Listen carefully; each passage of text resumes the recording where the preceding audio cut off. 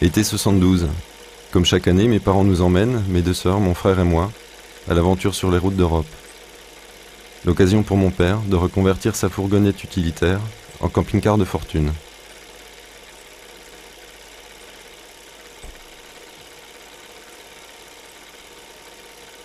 Je marche à peine, mais il m'inocule sans le savoir le virus de l'échappée belle. Restent ces films Super 8 tournés par mon père, ces palliatifs à ma mémoire qui m'ont permis d'entretenir mes sensations de baroudeur en herbe.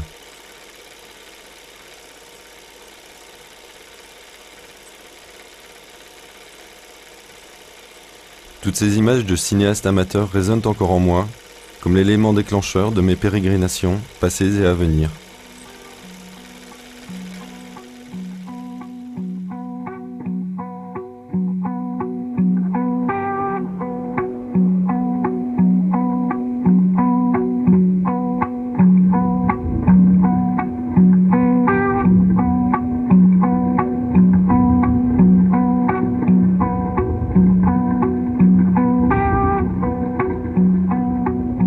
« 35 ans ont passé, le virus est resté.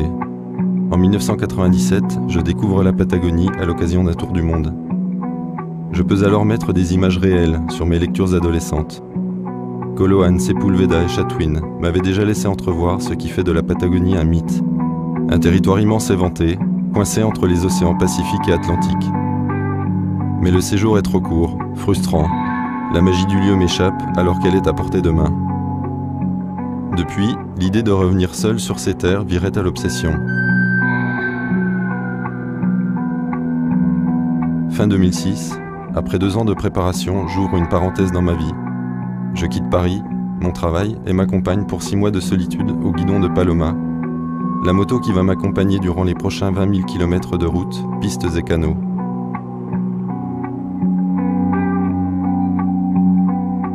Parti de Santiago, je mets le cap au sud, en direction de la Terre de Feu et du Cap Horn. Et je retrouve le plaisir étrange des frissons liés au départ, mélange d'excitation intense et de crainte de l'inconnu. Au fil des tours de roue à des kilomètres, je pense aux gens que j'ai décidé de rencontrer, aux futurs personnages de ce film. Ceux qui sont venus de loin pour vivre ici, qu'ils soient colons du début du siècle ou nomades contemporains.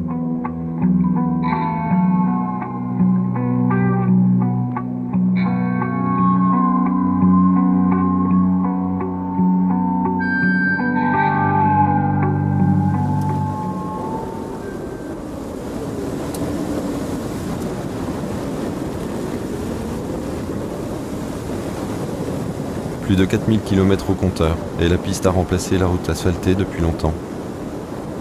Les rencontres se font rares. Je perds peu à peu la notion du temps et de l'espace. À présent, les deux me paraissent infinis.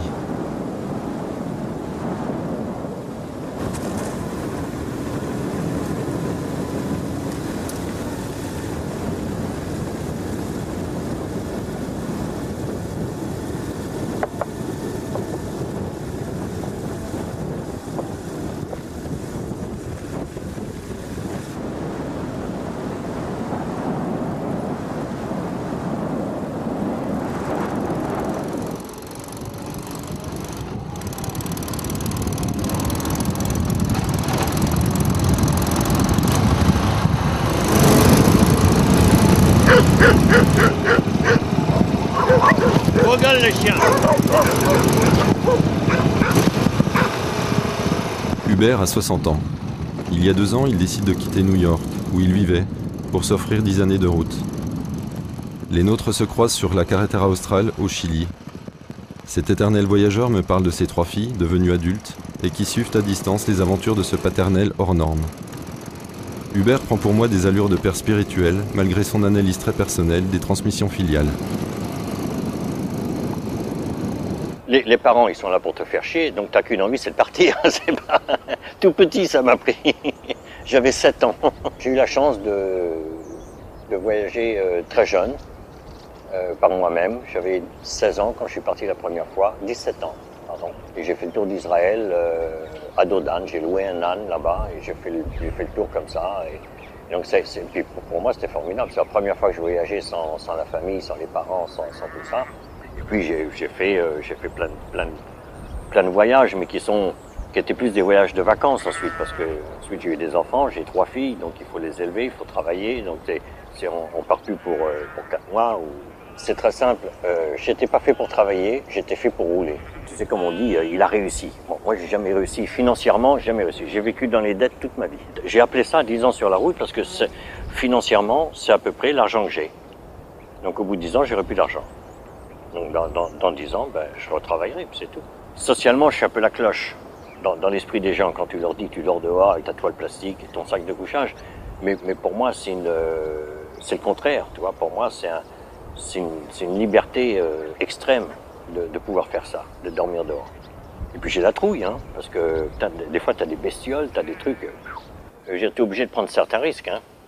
Donc c'est vrai qu'on n'a pas le choix, on s'expose d'une façon ou de l'autre.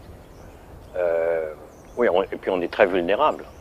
Tu peux jamais savoir quelle est la limite. La limite, c'est quand tu te fais mal un peu, que tu commences à savoir, mais tu t'es déjà fait mal, donc. Mais je sais pas moi, comment on fait. Alors donc t'essayes. Si t'essayes pas, t'es qu'un trouillard. Donc il faut y aller la trouille au ventre. Si tu veux pas sortir des sentiers battus, tu fais du grand tourisme, autant y aller en autocar. Ce qui est pas péjoratif, mais presque. Non, je dis ça parce qu'il y a des gens qui voyagent en bus et je trouve ça très bien. Mais ce que j'admire le plus, moi, ce sont les gens qui voyagent ici en Patagonie en bicyclette. Non, je leur tire mon chapeau. Et on les voit partout. Hein. Dans les plus mauvaises routes, ils y sont, en bicyclette. On a vu ce matin, ce matin, un couple avec 2 petits-enfants de 3 et 5 ans. C'est fabuleux. Il y a des gens qui réfléchissent, quoi. Il y a des gens qui font les choses bien. Eh oui, oui. Et les gamins, ils ont du pot, quoi. Ils sont tombés dans une bonne famille. Moi, je suis pas un aventurier, je suis un voyageur. Un aventurier, c'est Magellan. Si tu veux, ça, c'était des vrais aventuriers. Ils sont venus ici en Patagonie, ils ont découvert et cherché un passage pour aller de l'Atlantique au Pacifique. Ils partaient sans information. Et quand ils partaient, ils étaient coupés du monde. Il n'y avait plus de communication, plus d'information, ils étaient seuls. T'étais là avec tes trucs, t'as un problème, il n'y a rien, personne qui viendra t'aider. Donc ça c'était des aventuriers. Tu vois, moi, ce qui me touche, c'est quand t'es sur une route, sur 250 km, tu as la route à 40, mais la grande différence, c'est qu'il n'y a pas de barrière sur les côtés. Il y a du mouton, comme partout dans Patagonie, mais là, il n'y a pas de barrière, c'est entièrement ouvert. Et alors, tu ne roules plus sur des routes, tu roules sur des collines, tu roules sur des montagnes. Tu es seul au monde, tu vois, et tu rencontres personne. En fait, on n'est jamais seul. Parce que quand on s'arrête, surtout avec un site-car comme ça, les gens viennent à toi très facilement. Si on voyage à 2, on s'arrête, on se parle. Pour que les gens viennent nous voir, il faut qu'ils pénètrent notre cercle. Et ça, c'est beaucoup plus difficile. Donc, voyager seul, tu es seul si tu as envie d'être seul.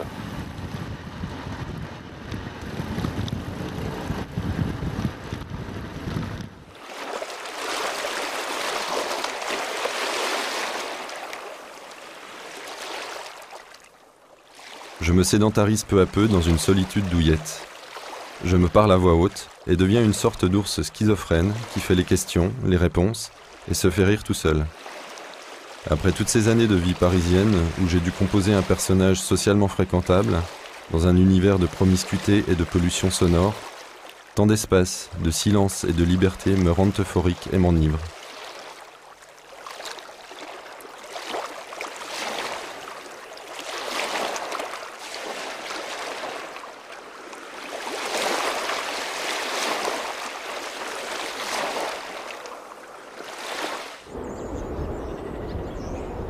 Aujourd'hui, la Patagonie reste un territoire sauvage, au climat imprévisible et rude, qui attire encore et toujours les voyageurs au long cours du monde entier.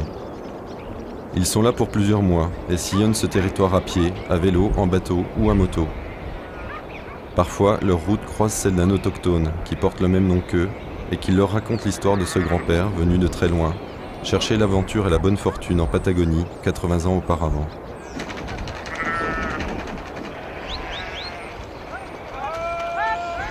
Ces aventuriers du début du siècle étaient des colons, chercheurs d'or, parfois en fuite d'un pays qui les rejetait. Quelle force les a poussés à tout quitter et qu'ont-ils trouvé dans ce Far West austral ?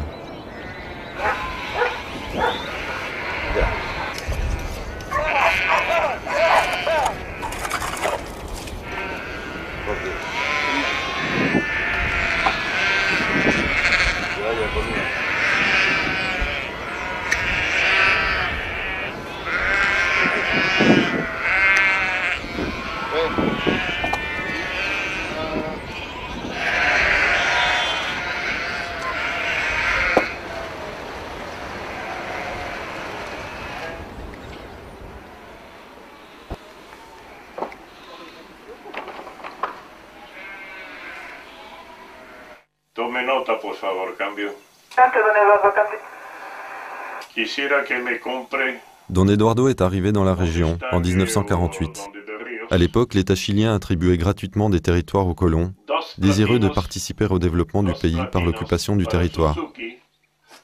Il a fait de sa vie une aventure, alors que de mon côté, je ne dispose que de 6 petits mois. Je m'appelle Édouard Simon, je suis français, et nous sommes sur ma propriété qui s'appelle le Fundo Cacique Blanco, à Lago Verde, dans la province et la région d'Aysén. Cette propriété était en vente, il n'y avait rien. Et le défi m'a plu. Je voulais créer quelque chose de toute pièce. Ça m'a plu et je me suis installé ici.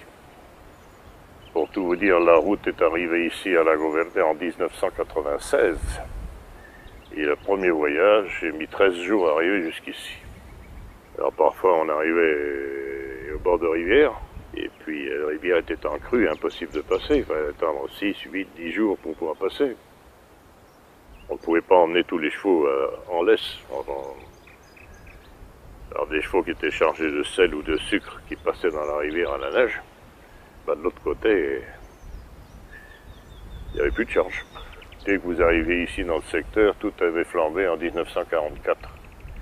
Il y avait des troncs d'arbres brûlés dans tous les sens. Ils commençaient à tomber, mais ils étaient presque tous encore debout. Comme il n'y avait pas de route, il fallait un produit qui puisse sortir par ses propres moyens, c'est-à-dire du bétail. Pour avoir du bétail, il fallait de l'herbe. Donc le seul moyen de pouvoir produire quelque chose dans les terrains qu'on vous donnait, c'était le feu. Et c'est comme ça qu'on a formé toute la région pratiquement.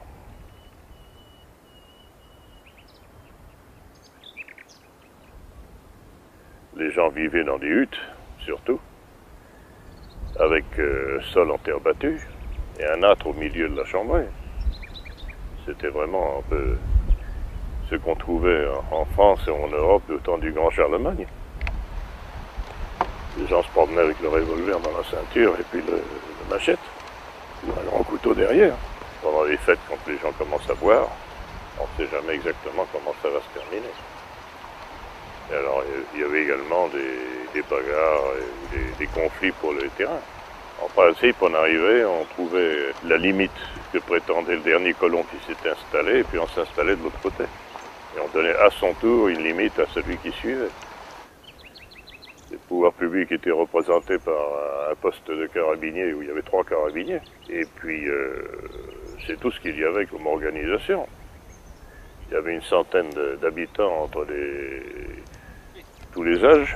Et la première chose qu'on a fait, c'était faire une collecte entre nous pour construire une école et obtenir un professeur, un instituteur. Il y avait en première année les gens qui ne savaient ni lire ni écrire. Ça allait depuis 6 ans jusqu'à 17 ans. Tout ça, ça a changé complètement en 50 ans. On est passé du cheval à l'avion, pratiquement. On a fait un véritable pont aérien dans toute la région, avec des magasins d'État pour ravitailler les gens. Et ça servait aussi évidemment à faire des évacuations sanitaires, pour emmener les médecins qui faisaient tourner dans la région. Tout se faisait par avion. Ce sont tout de même de grands espaces. On a un peu de place. Il faut aller pratiquement tous les mois à Coyhaique pour la sécurité sociale, pour les impôts et pour toutes les démarches qu'il faut faire. Alors ça fait tout de même 400 km par piste. On est arrivé à la modernisation, à la partie technique et également à la bureaucratie qui manque un peu de charme. Enfin, ça fait partie du développement aussi. Exactement. Par rapport à l'activité de votre famille, est-ce que vous avez choisi, vous, ça a posé des problèmes? Pas du tout. On considérait un peu comme un original. De temps en temps, j'ai des visites familiales qui viennent. Ils s'extasient sur le paysage parce qu'ils viennent en été. Mais ils ne connaissent pas les problèmes qu'on a eus ici. J'avoue qu'après la guerre, je n'ai pas pu m'habituer à la vie civile. Et j'ai trouvé ici une vie d'aventure qui m'a plu. Mais il fallait y aller, c'était pas facile. Aujourd'hui, quand on raconte ça, les gens ont tendance à dire ou bien il nous raconte des histoires, ou bien il est fou. Mais ça a été fait. L'espace d'une vie, quoi.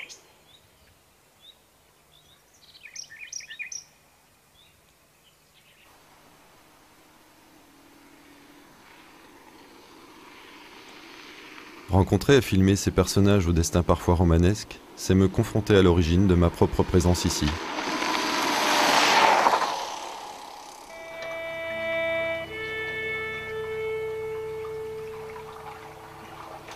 Je sais que l'ailleurs est un fantasme et que le réaliser peut brûler les ailes. Mais il peut aussi ouvrir, en grand, des portes jusque-là seulement entrebâillées.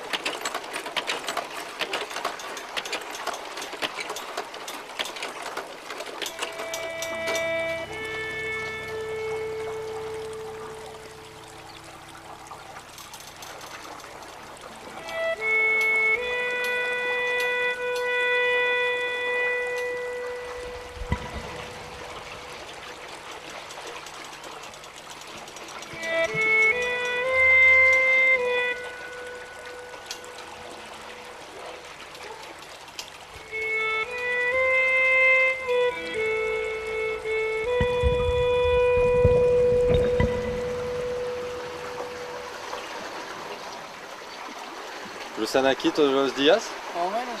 Más o menos. Las personas que viven acá están un poco aisladas, ¿no? Sí. A causa del río y... Lo único en la base, ¿no? Que lo tiene acceso para el pueblo. Y nada más. Pero la balsa funciona bien, ¿no? No, sí, excelente la balsa. Y es un momento para descansar y... Claro, para dejarse un descanso, un respiro.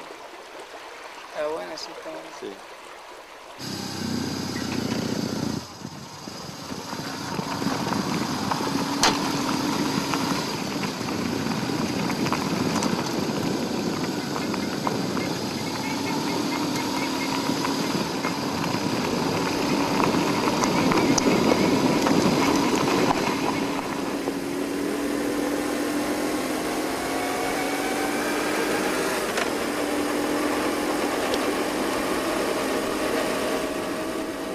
Seul le vent m'accompagne depuis des heures. La sensation de totale liberté se développe en moi et s'affirme au fil du temps et du parcours. Dans une ligne droite de 50 km, j'aperçois de loin Thomas, en panne avec sa moto en contrebas de la piste. Il a le bras levé et besoin d'aide. Thomas est de ceux qui ne vivent que pour voyager et atteindre, entre autres, le mythe Patagon.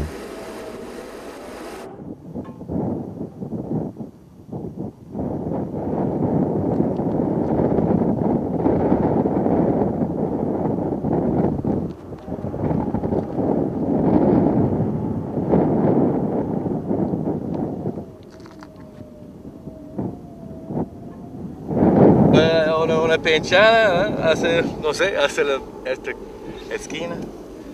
Y como yo dije, es como la 37 veces que se pasó pinchadas para mí por varias razones. Mala suerte, principalmente. voy a ayudarte, ¿no? Sí, claro, no puedo. Es pegada hace 20 años posible. Hay varios problemas, pero ya 30.000 kilómetros, casi hoy, ayer fueron 30.000 kilómetros. Y posible también por otro 30 hasta Venezuela de nuevo. Voy a regresar por la costa atlántica.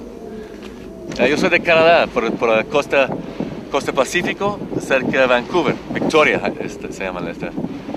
Y me comienzo este viaje en 2001, noviembre de 2001, sí, con un bus hasta Arizona, Tucson, Arizona, cerca de la frontera de México, y comienzo en bicicleta, como México y Centroamérica, hasta Colombia en bicicleta, sobre 6-7 meses.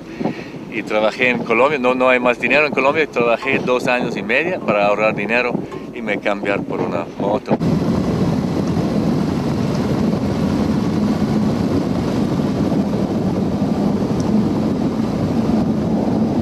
J'ai la sensation étrange de m'être perdu depuis 4 jours sur une piste sans fin. Mes réserves d'essence et de nourriture sont presque épuisées. Le nœud qui se forme sournoisement dans mon estomac me fait sourire malgré tout. Même si je contrôle aujourd'hui ces sentiments, je cultive la crainte de l'isolement total depuis l'enfance.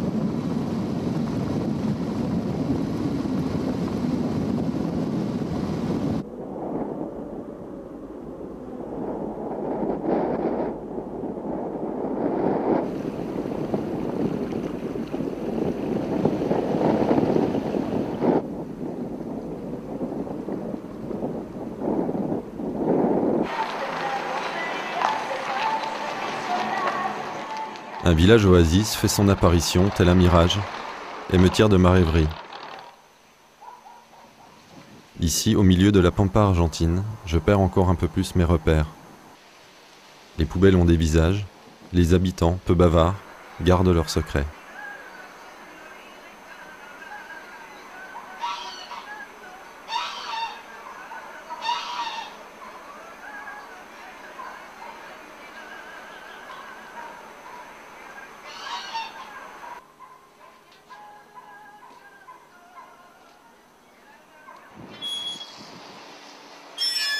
Logiquement, Paloma fait de l'endroit son triangle des Bermudes et tombe en panne. La pompe à essence ne veut plus pomper, je dois la faire changer. Pendant que mon ami mécano du jour entreprend ma monture, je continue à imaginer 1000 histoires autour de celui que j'appelle désormais l'homme à la 2 chevaux.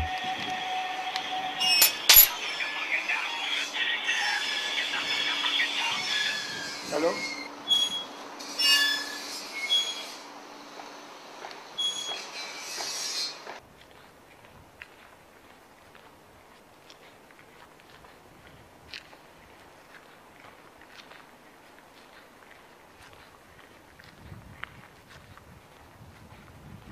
Barbara marche sur la carretera australe depuis des mois, sans planifier de date de retour dans son pays, dans sa vie d'avant. Le jour de notre rencontre, je n'ai que 2 heures pour la filmer à la nuit tombante, sur la place de Villa O'Higgins, le village qui marque la fin de la piste en direction du Grand Sud.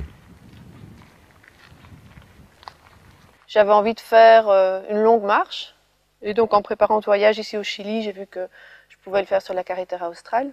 Quand on marche, on est dans la lenteur, on avance lentement. Vraiment au début, j'avais l'impression de marcher à pas de fourmi, c'était vraiment très très fastidieux et très lent. L'idée du voyage, c'est de partir d'un point qui était au départ Santiago, et puis descendre tout en bas, jusqu'à Ushuaia, et puis plus bas encore Puerto Williams, qui est la dernière ville au Chili. Et ça, c'était le fantasme de base du voyage. En me disant, ok, je m'en vais, je vais jusqu'au bout du monde, et ça, c'est sympa.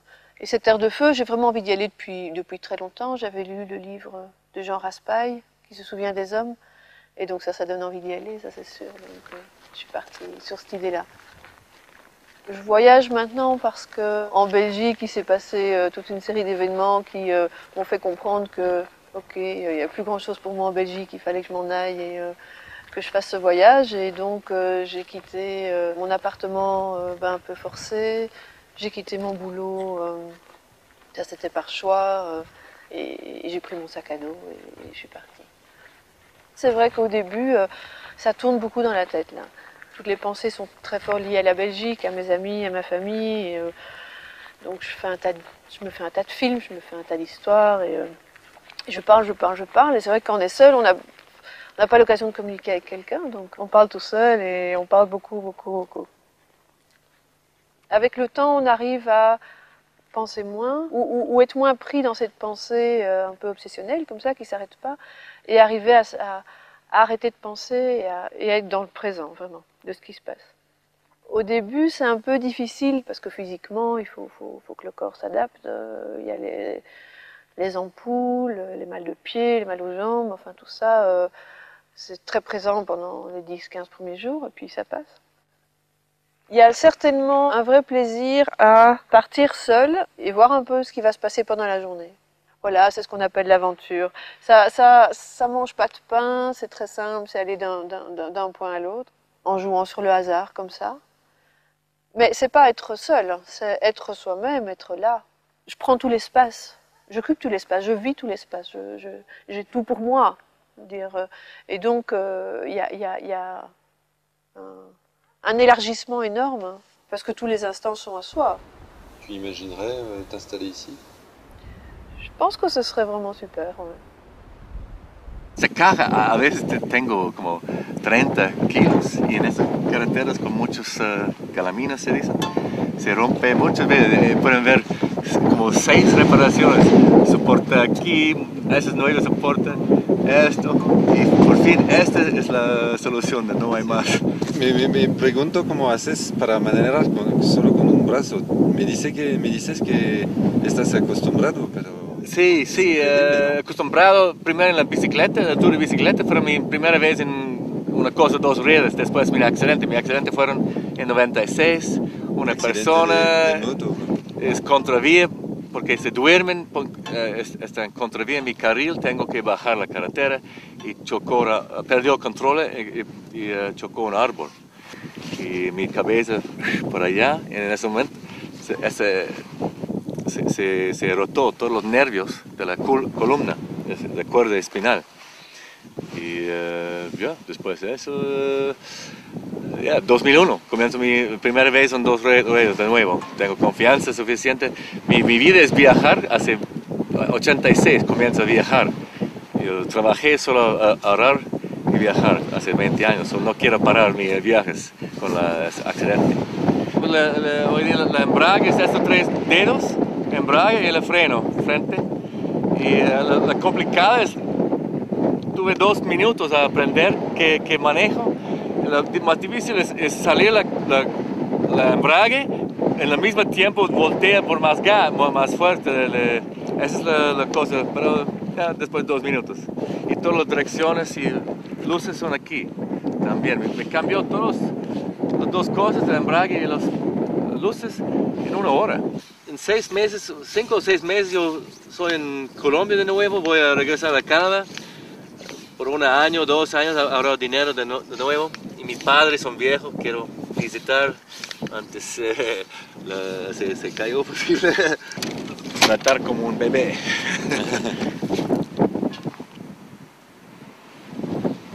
No puedo escuchar nada.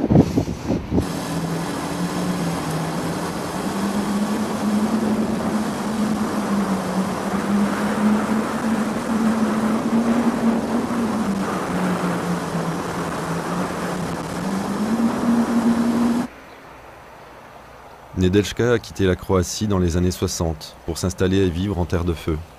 Durant 3 jours, elle me concocte des petits plats et me parle sans cesse de sa Croatie natale, de ses rêves de jeunesse s'envoler. Son mari maintenant décédé, elle ne sait plus si sa place est ici avec ses enfants ou là-bas avec sa famille croate. Lava la patata. Esto se estila, sale el agua y está molito.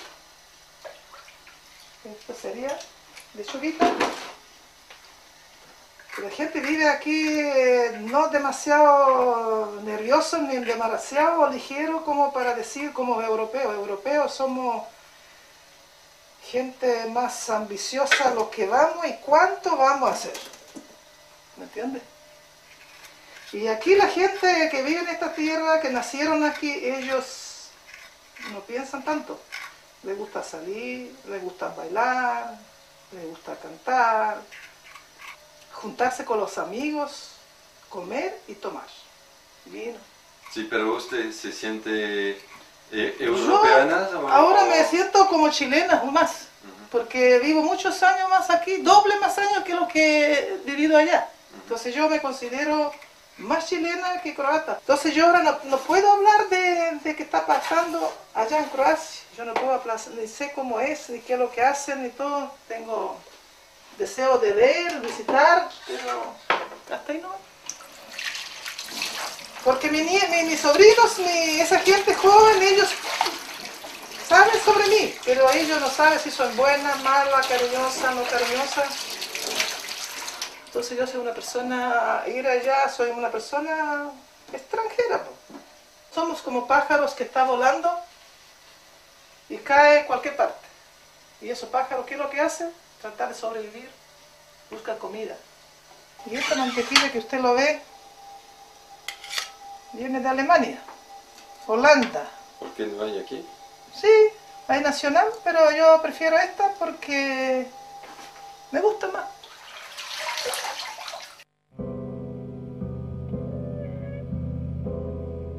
À l'époque où Nedelchka est arrivée en Terre de Feu, il fallait 3 mois de voyage depuis l'Europe.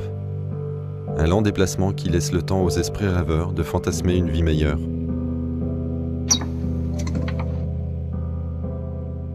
Era una persona, una niña de una familia, como muchas de ellas, que son muchos hermanos. Y después ya yo empecé, como era una niña mucho más introvertida, era tímida, era muy... Ese tiempo yo era diferente como ahora soy. Porque era un lugar rural donde uno no conversaba con nadie y era nacida así, como un poco tímida. Bueno, soñaba, imaginaba las cosas en mi propia cabeza. ¿Cómo podía yo de encontrar algún turista para ir con ellos de otra parte y ganar más plata y para ayudar a mi mamá?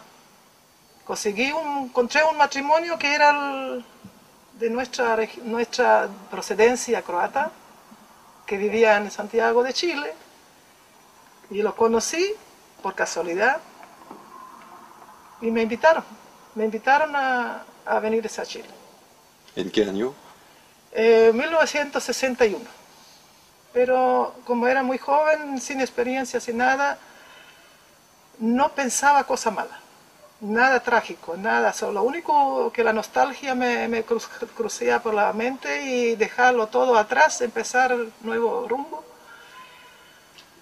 ¿Qué edad tenía en este momento? Yo tenía 24 años. Ahí en los segundos años yo lo encontré mi marido trabajando ahí, como ovejero, que él, como usted lo ve en la película, que anda, sube caballo y va, recorre todo, cuida a la oveja y va siempre un movimiento. Eso era su trabajo. Entonces yo cuando llegué aquí me sorprendí un poco de encontrarme con muchos compatriotas, muchos apellidos conocidos, pero nada de lo parientesco ni nada de que me podía ayudar o que ni siquiera yo me quejaba. Esa gente ya después ese oro empezó a bajar, perderse ya, como ya no había mucho oro y la gente empezaron a retirarse, empezaron a trabajar algunos ganadería, otros empezaron a trabajar de comercio. Y la vida fue muy dura, mucho problema. Entonces lo que yo soñé en Croacia, que yo me iría a otro lado para ganar un poco más plata, para ayudar a mi familia, le empecé de la vida más simple y más brutal pobreza de lo que yo podía imaginar. Yo nunca perdí nacionalidad croata porque nunca yo no me nacionalicé nunca chilena. Estoy bien acá. Pero cuando cometo una falta, decir aquí está la frontera. Cuando una persona inmigra, sale de su propio origen de nacer, es una persona de nadie. No pertenece a ningún lugar, sino donde quiere estar. Yo pensaba que el paraíso en la tierra está acá. Yo diría muy ambiciosa, mucha ambición. Y es que según dice la gente que lee la Biblia, que cree en Dios, justamente esa gente que son ambiciosos que Dios castiga.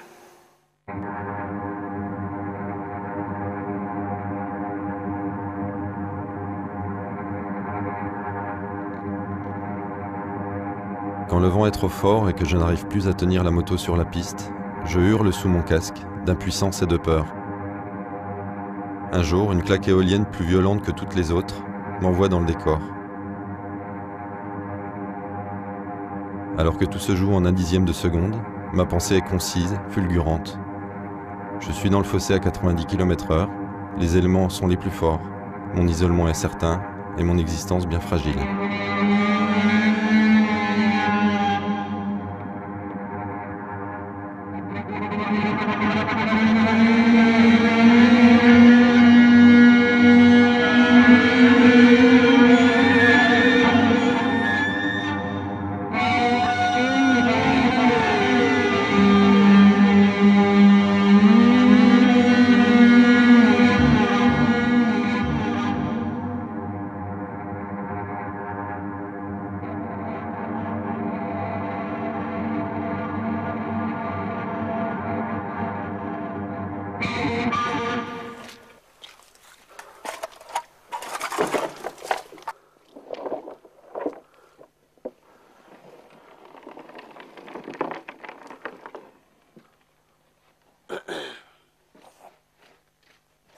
Instalando el cajón para que el oro que arrastre el agua va a quedar en la reja, para que no avance el oro para abajo.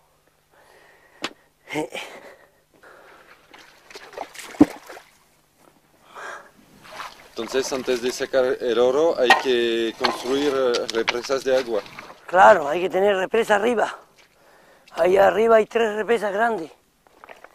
Y de esas represas larga una, después larga la otra si necesitas otra y así.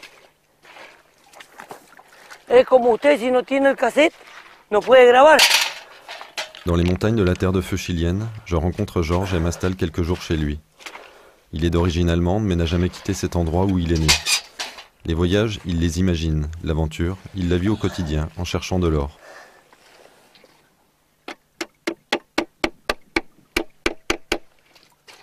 Yo empecé en 1980 a trabajar de minero. Acá yo estoy 26 años trabajando acá. Eso para que no levante las rejas para arriba. Era de Porvenir mi papá. Mi mamá de Natales. Pero mi papá es hijo de alemán. Yo soy nieto de alemán. Mi apellido es Gesell. Entonces, o sea que en este pueblo hubieron muchos alemanes, yugoslavos, austriacos, cuando vinieron al trabajo de las minas. Aquí estuvieron trabajando 800 o 1000 mineros. Hoy día vemos 5 mineros nomás. Yo veía a otros mineros que bajaban del campo con oro y era mucha plata.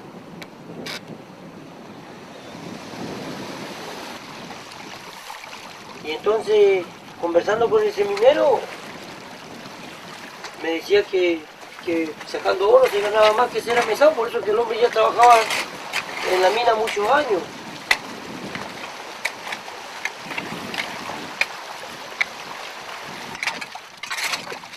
Voy a comer lo que yo gano, voy a comer mermelada, mantequilla, ahí tengo mantequilla, mermelada, manjar, leche, que en un puesto que donde tú trabajes no te dan esa golosina.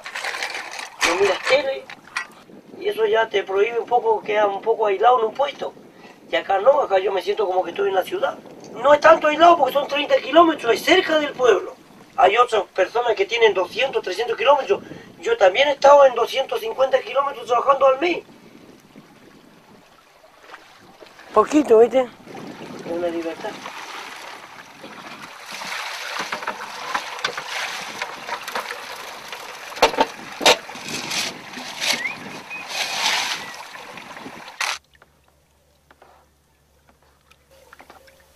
No, yo de niño yo trabajé con carreta, con bueyes. A los 10 años, 11 años trabajaba de carretero. Yo tenía ya 17, 18 años cuando mi papá ya murió. Mi mamá igual. Entonces tuve que yo trabajar para la casa siempre porque mi hermana era la más chica, mi hermana tenía 11, 9, 8 años tenía. Entonces, todo eso yo hice como de padre en una casa.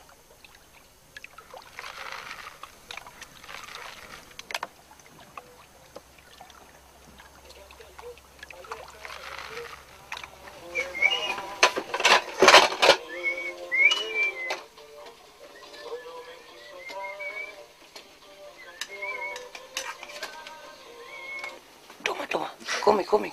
Ve que es rica la fruta esa.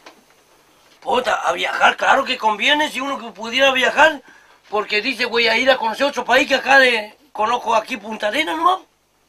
No alcanzo a conocer ni Puerto Montt, Osorno, ni Santiago, porque no alcanza la plata. Pero si uno tuviera la posibilidad, me toca juego una polla gol, una cosa así, una lotería y me lo gano, me gustaría conocer y reportear todo lo que pasa en nuestros países. Ir a sacar información, qué es lo que pasa allá, qué es lo que hay acá en Chile. Véngase para Chile, acá hay trabajo aquí para ustedes. Informarle a la gente. Si hay pobreza en tu país, manda gente que venga a trabajar al oro acá. Picote y pala, que trabaje como trabajo yo. Y van a ganar plata. Ese hombre no va a ser pobre, que no tiene que comer allá y hay que andar y dormir debajo de los puentes. Si viene a trabajar acá, se hace una ruquita, un ranchito y la persona va a empezar a ganar plata al tiro. Nadie informa cómo se saca el oro. No hay una copia, algo que tú veas de esta manera que trabajar en el oro para... Yo voy a comprarme unas maquinitas de estas y voy a grabar todo el trabajo, proceso, como se derrumba, se hace llegar el agua y todo, hacer el trabajo completo, tener una información completa, pero lo voy a hacer yo para mí. Todavía no la alcanzo a comprar porque no me alcanza la plata. Claro. Y después vender la caseta. Y venderla a publicidad para distribuir, decir, mire, vengan al oro y sacan ustedes 100 gramos al mes. Trabajen, hagan este trabajo, véanlo en la tele ahí. Pero si la gente está como, ahí está dormida, no sabe nada que existe oro acá en Porvenir. Saben, pero creen que en el oro poquito, que sale poquito. Poquito si tú trabajas poco. Pero tú en el día, hoy trabajaste un poco, mañana otro poco, júntalo en un mes y vas a sacar oro. Si no, la gente, todos estarían trabajando aquí, de gente francesa, de todos lados. Como antes los croatas, los yugoslavos vinieron mucho de la guerra, se llenó este cordón de vaqueano de croatas. Vivieron, crecieron con la mina, crecieron su familia, los hijos después estudiaron, se fueron para otro lado, los viejitos que eran mineros murieron, no hay más mina. Nunca más trabajaron en la mina, ¿me entiendes?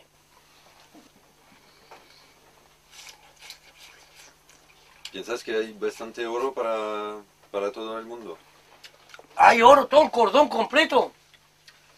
Aquí no ha salido el oro nunca, todo lo que tiene, todo donde haya la tierra, el terreno virgen.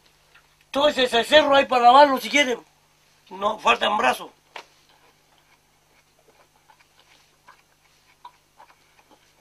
Donde puede llegar agua al cerro, se puede trabajar bien.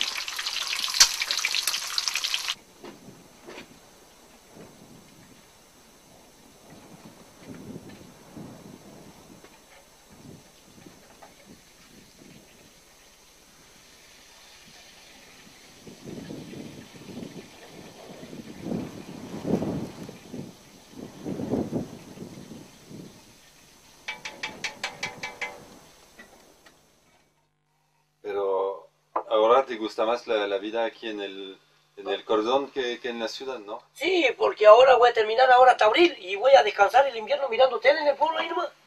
Te prendo la tele. No lo puedo olvidar. Fíjate bajito. Las imágenes siguen. Para que vea la imagen. ¿Ah? ¿Enfoca o no? ¿Enfoca la tele? ¿No se ve? No, pero...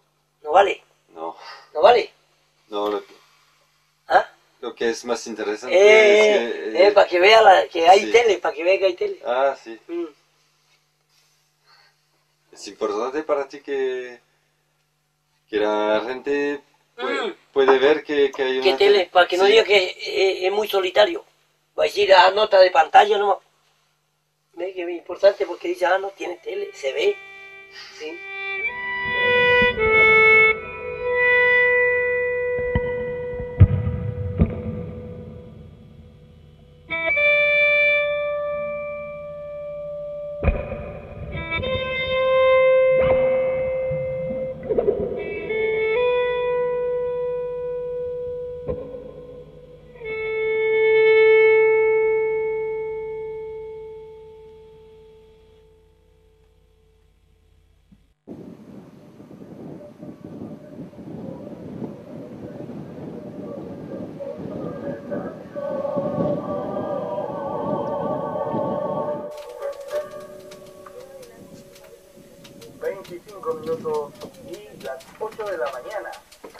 Mira, para nadie es bonito tampoco a una cierta edad como uno siempre quisiera tener una mujer, una compañera, porque ya te lava la ropa, ya te hace la comida mientras tú vienes del trabajo, es muy bueno eso.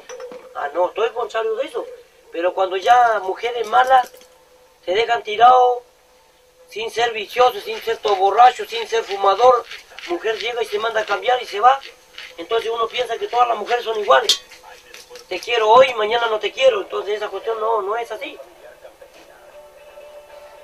Entonces a veces tú puedes tener de todo y la mujer no te acompaña. Po. Hay mujeres que no tienen esa oportunidad, viven mal, quisieran tener una persona así y no la encuentran. Yo no ando buscando mujer por ningún lado. Llegará algún día el destino de poder tener a alguien, tengo, y si no, me quedo solo.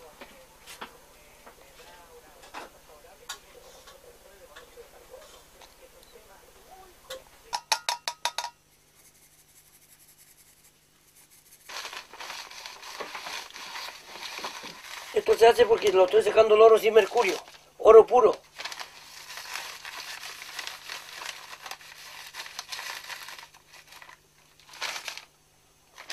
Lleva más paciencia, esto es más trabajo. Esto no lo debiera hacer yo, pero que iba a tener que gastar mercurio.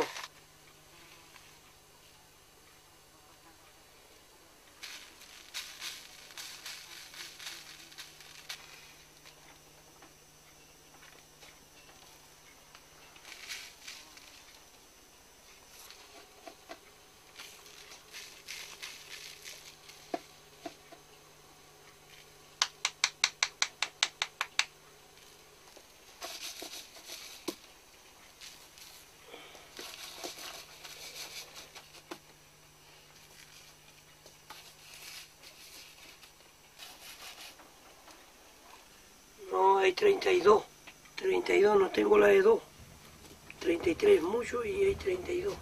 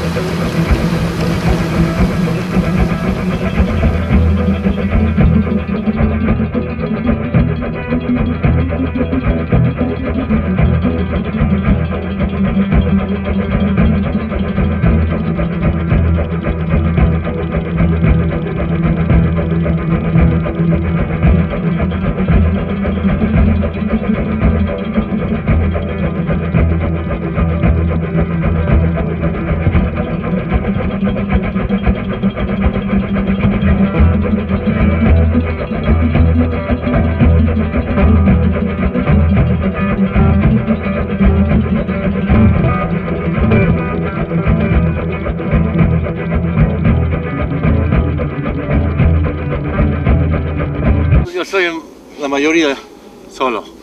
2 veces con novias, pero si no tienen la paciencia y no entienden viajar con muy poco dinero. Se quieren siempre duchar cada noche o buena comida a veces, pero yo soy siempre lo más barato porque no quiero trabajar. Y en este caso no puedes siempre trabajar, es la más peor parte de vida. Tengo que tener mucha paciencia porque muchas cosas, un brazo, demoran triple tiempo que con dos brazos. Normalmente cambiar la llanta o reparar un neumático es como 45 minutos hasta 1 hora.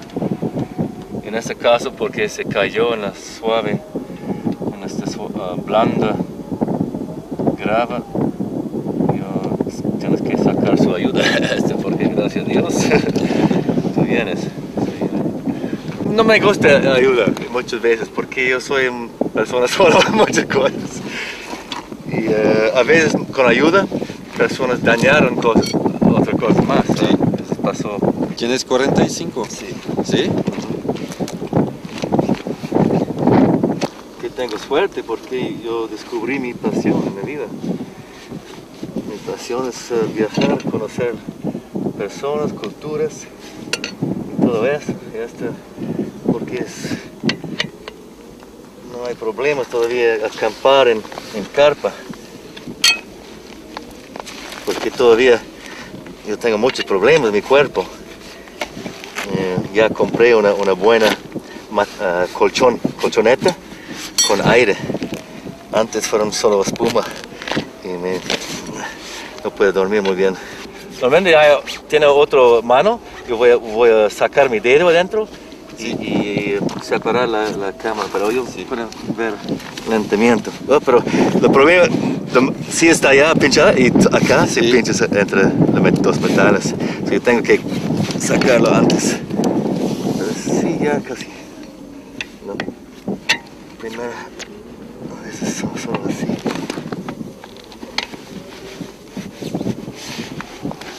Divertido porque dices que no quieres trabajar, pero estás trabajando más que... Ya, claro. Ya, ese es malo trabajo, sí, y me canso de estas cosas, seguro. No estoy cansado de estos problemas.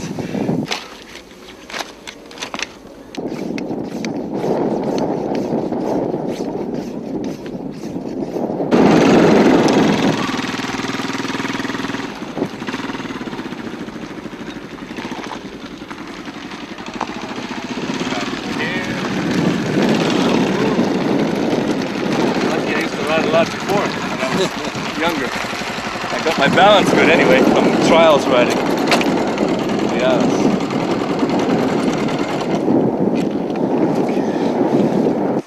Atención sector Rivazul, mensaje para Fernando Castillo, por favor viaja a la Casa del Pueblo a la hora del recorrido del bus de Altamirano, mañana jueves, a buscar a Jaime, firma Enrique desde Valdivia. Atención, mensaje para el sector El Límite, para Arnel Manquilev. Favor venir a pagarme la yegua. Atentamente, Toribio Baeza.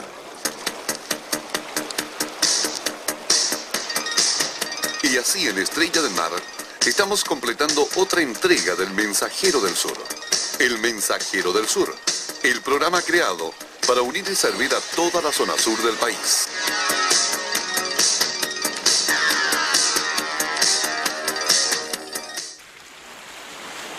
Le long du détroit de Magellan, j'ai rendez-vous avec mes parents.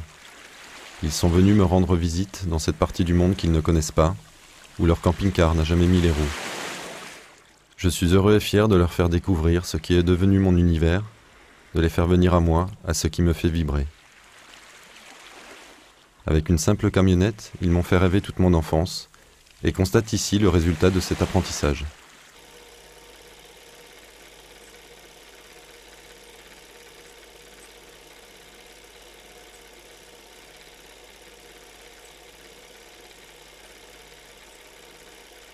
Mon père avait perdu l'habitude de filmer ses enfants, devenus grands. Pourtant, le temps de nos retrouvailles, il réapprend les gestes du passé, avec la vieille Belle Howell Super 8 qui dormait dans son carton depuis 30 ans.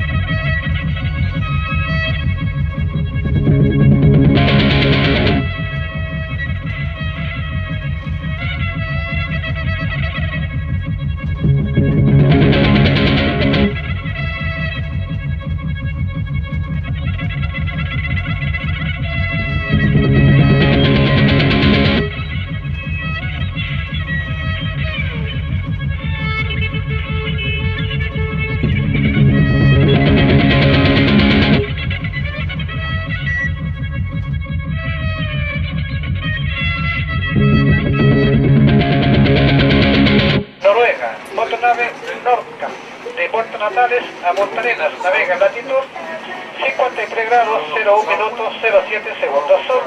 Longitud 73 grados 38 minutos 55 segundos ouest. J'embarque avec Paloma sur le Bahia Azul, transbordeur à fond plat qui assure la liaison entre Punta Arenas et Puerto Williams, village le plus austral de la planète sur l'île Navarino.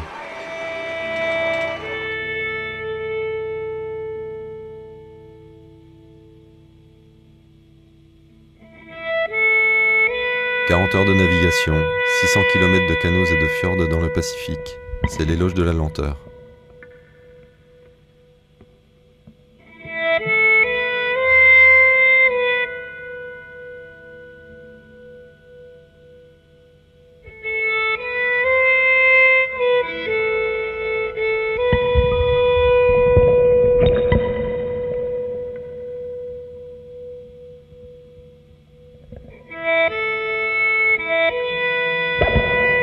Dans les sièges en sky de la cabine passager, on dort peu et tant mieux. Cette nuit-là, seul Carlos, le pilote, et moi savourons le spectacle d'une comète, ou celui des illuminations d'Ushuaia que l'on croise et dépasse à 4 heures du matin.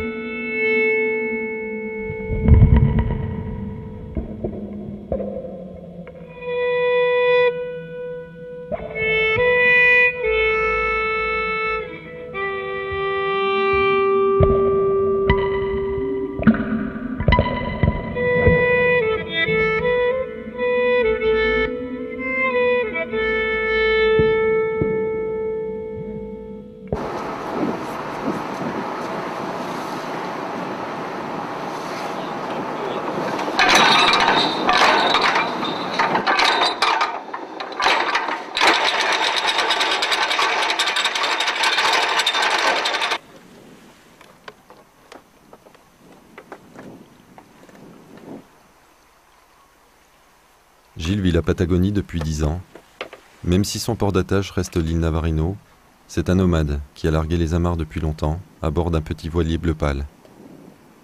Je réalise en l'écoutant que la sensation de liberté que j'éprouve durant ce voyage n'est rien en comparaison du mode de vie choisi par ce marin gascon. Je suis parti des Pyrénées, j'avais 18 ans, j'ai eu des problèmes avec la justice, quoi. Je veux dire, j'étais dans des mouvements un peu anarchistes proches du Pays Basque et ça a fini par dégénérer sérieusement. Donc il a fallu partir. Quand tu pars comme ça, surtout quand tu es jeune, tu profites de toutes les opportunités, comme tu es libre et sans trop d'attache, tu profites de toutes les opportunités que te donne le voyage. Tous ceux qui sont partis, qui sont arrivés dans le Pacifique, je crois que c'est définitivement devenu des gitans, quoi.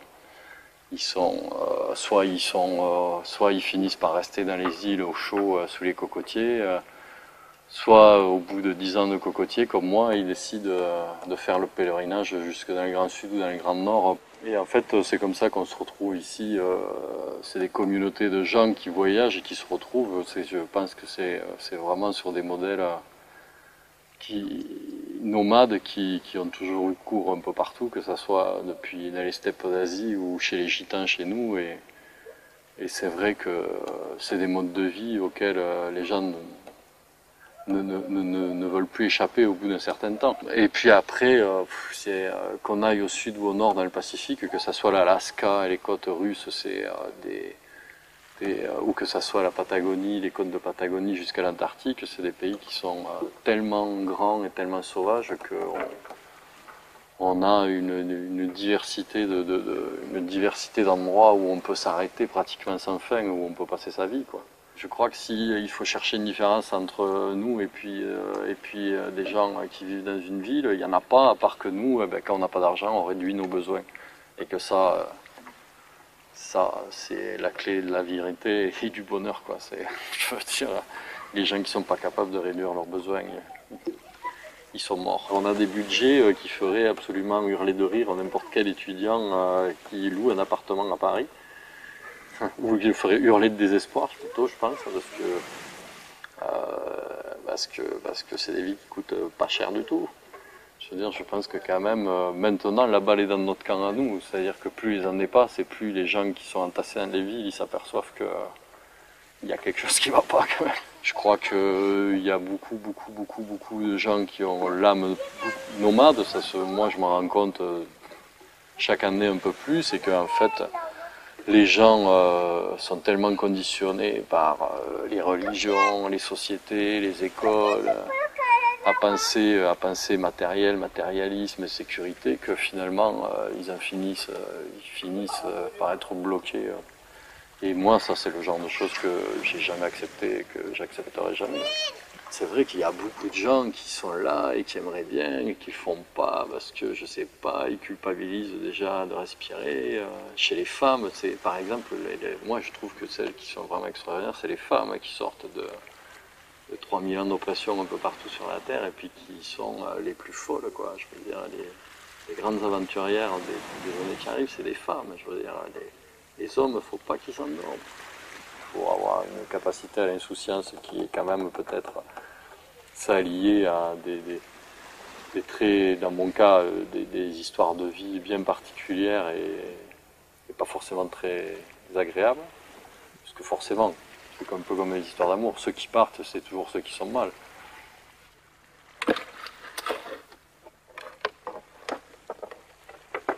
Si les humains ils veulent avoir une chance de s'en sortir ici-bas, il faut au contraire, il faut qu'ils bougent de plus en plus. Et un humain est capable de bouger sans foutre la merde. Et je veux dire, il ne faut pas les empêcher, sous quelque prétexte que ça soit, d'aller dans les endroits. Il faut faire confiance aux humains. Un humain qui est informé, c'est un humain qui n'est pas dangereux.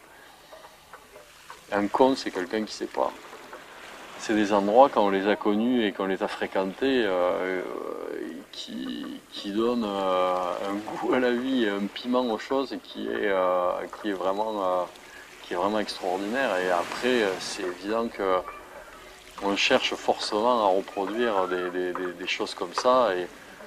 Et c'est vrai que chaque aventure est l'occasion de réjouissances extraordinaires et c'est vraiment un plaisir très grand. Et même si très souvent on dépasse toutes sortes de limites, ça reste quand même des choses qui sont à l'image de ce qu'on peut vivre dans ce pays, quoi. Parce que je veux dire, prendre un coup de vent ici, c'est quelque chose à la fois d'éblouissant et de terrifiant. Et c'est vrai qu'à la sortie, dans les rapports humains, ça se sent. S'il faut chercher un mot pour qualifier ce qui se passe ici sur la mer et puis les gens qui sont concernés, c'est vraiment, il n'y a aucune médiocrité. Et ça, c'est quelque chose qui remplace, pour moi, tout le reste. Voilà.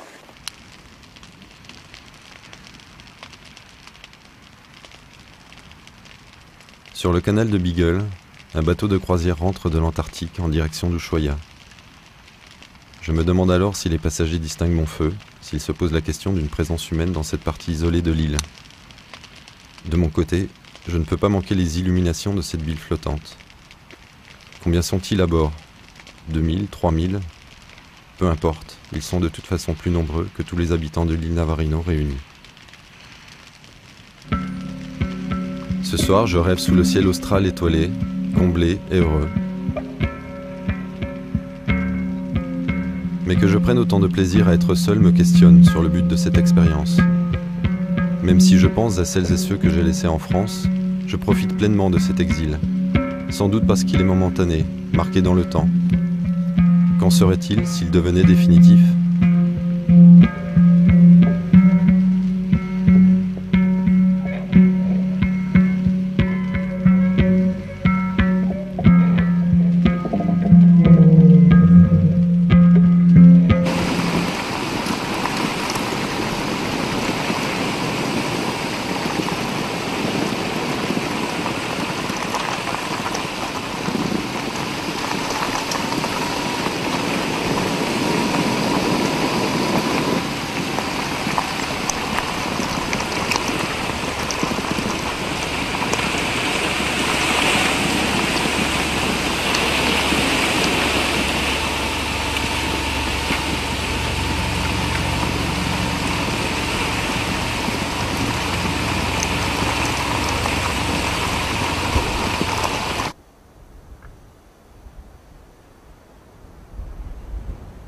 Au sud de l'île Navarino, la piste s'arrête définitivement, là où commence un terrain militaire. Depuis quelques années, Marisol et Amador, un couple de fermiers, ont remplacé les soldats dans cette zone frontière historiquement sensible entre le Chili et l'Argentine. Je ne pourrais pas aller plus loin avec Paloma. J'ai atteint mon bout du monde et rencontré ses habitants.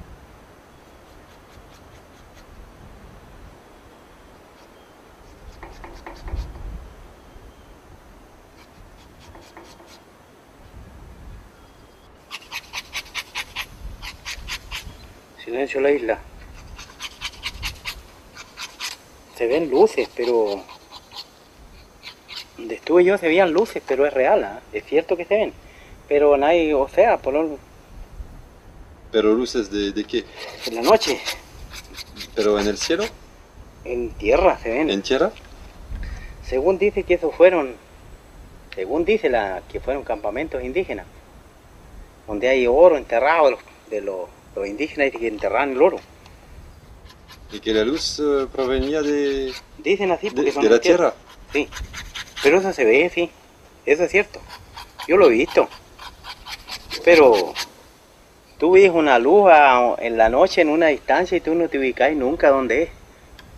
En la noche es muy difícil que tú te vayas a ubicar dónde es. Po. Sí, claro. Te engaña. Es muy difícil. ¿Es una luz fuerte? No, una luz nomás. Según lo que dicen los científicos, que son naves de otro planeta. Y algo tendría que ser, ¿no? Son luces fuertes, sí se ven. No, yo no creo que existan los brujos. No creo yo que un ser humano pueda llegar a volar. Por mucho poder que tenga. Yo lo veo imposible. Así que yo creo que son mitos, ¿no? Pero hay gente que le cree, ¿eh? Dice que asegura que es cierto. ¿Tanto poder puede tener un ser humano para llegar a volar? Y los brujos, dice ahí en Barranco Amarillo, Punta Arenas, eso es Punta Arenas, acerquita a Punta Arenas. Las antiguas dicen que de ahí se cruzan a Porvenir en la noche. Es como de aquí a ahí, ¿no? En vez de Platini ponemos un brujo. Te queda titular al tiro. ¿Cuántos meses tiene? Un mes. ¿Un mes? Sí. ¿Y siempre no bebe la leche de la madre? No, la mamá se secó. Yo llegué acá a la isla Marino el año 91. Llegando uno a la zona de Magallanes, el trabajo es mejor remunerado. Y las condiciones son otras. El trabajador magallánico vive en mejores condiciones que el peón de campo allá en Coyhaique. Sí. No hay comparación. No hay comparación. Entonces uno no... ¿De volver atrás para qué? Yo soy un asalariado, hermano. El trabajo que yo hacía antes para una estancia, lo pasé a hacer acá. Imagínate un gallo que se haga un hotel acá, tenga un barco turístico ahí, y en el caso mío yo no puedo hacer. Yo cuando mucho puedo tener un bote para ir a la isla y pero ese es el progreso. Y le da mucho más trabajo a la gente y...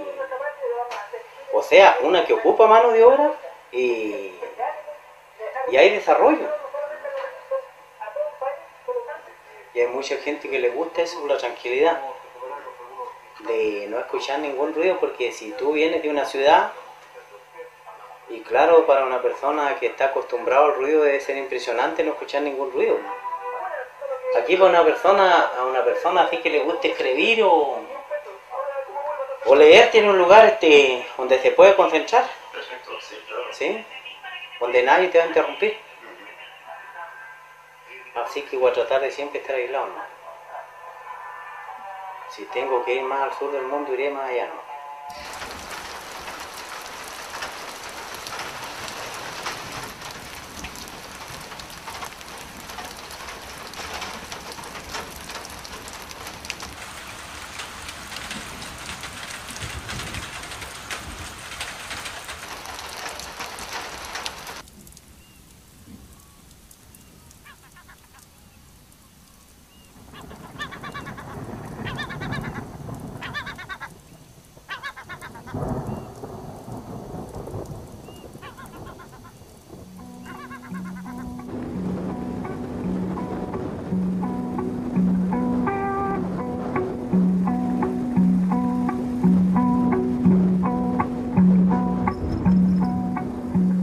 montée vers le nord me fait ressentir l'imminence de la fin du voyage. Pour la première fois en 6 mois, je dois planifier mon parcours, attribuer des dates d'arrivée à des étapes. La sensation de liberté qui s'évanouit doucement annonce un retour à la vie dite normale, plutôt difficile. Je me sens proche de la bascule, du non-retour, tenayé par l'envie de prolonger l'aventure des lendemains imprévisibles. Je pense alors à toutes celles et ceux dont j'ai croisé la route et qui sont passés à l'acte un jour dans leur vie.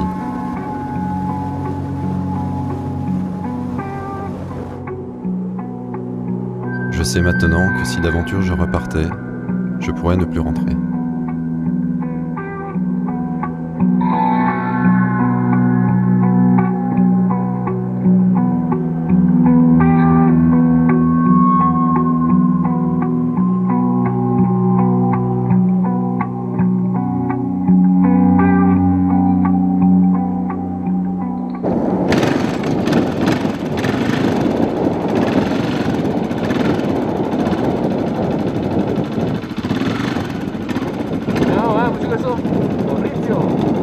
Suerte. Escribir. Sí. Yo voy a enviar un email. Sí, por favor. Gracias de nuevo a todo. Gracias.